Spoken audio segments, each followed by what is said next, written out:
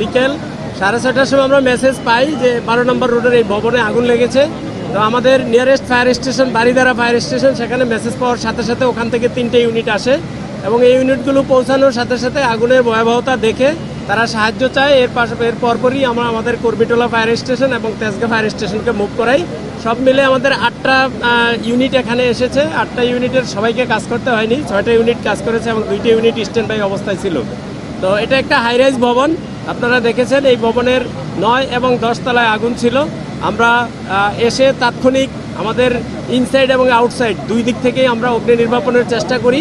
তো আমরা চেষ্টা করে আমরা 8:30টার সময় 8:15টার সময় 8:15 ওই 8:15টার সময় আমরা আগুন আমাদের নিয়ন্ত্রণে নিয়ে আসি। আগুন এখনও আমাদের নিয়ন্ত্রণে আছে। এরপরে আমাদের সম্পূর্ণ নির্বাপন করতে আরও কিছু সময় লাগবে। আমাদের টিম কাজ করতেছে সকল ফ্লোরে, অগ্নিদগ্ধের সব ফ্লোরেই আমাদের লোকজন আছে এবং আমরা এখনও অগ্নি নির্বাপনের চেষ্টা করে যাচ্ছি। সম্পূর্ণভাবে নির্বাপন করতে হয়তো আরও কিছুক্ষণ সময় লাগবে।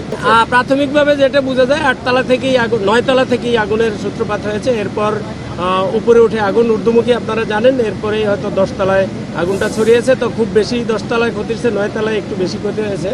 তো আমরা অগ্নি সম্পূর্ণ নির্বাপনের পর আমরা যখন সার্চ করব তখন আমরা অ্যাকচুয়ালি বলতে পারবো যে কোথায় কি পরিমাণ কি ক্ষতি হয়েছে।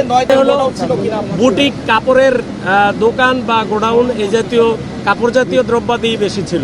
অগ্নি নির্বাপনের সরঞ্জামাদি বলতে যেটা থাকার কথা সেটা আছে, বাট আমার যেটা আমরা আপাত দৃষ্টিতে মনে হয়েছে যে এখানে মেনটেন্যান্সের কিছু সমস্যা ছিল, সে কারণে কমপ্লিটলি ওনাদের সিস্টেম যেটা ছিল এটা ভালোভাবে কাজ করেনি। দৈনিক আজকের বাংলা .net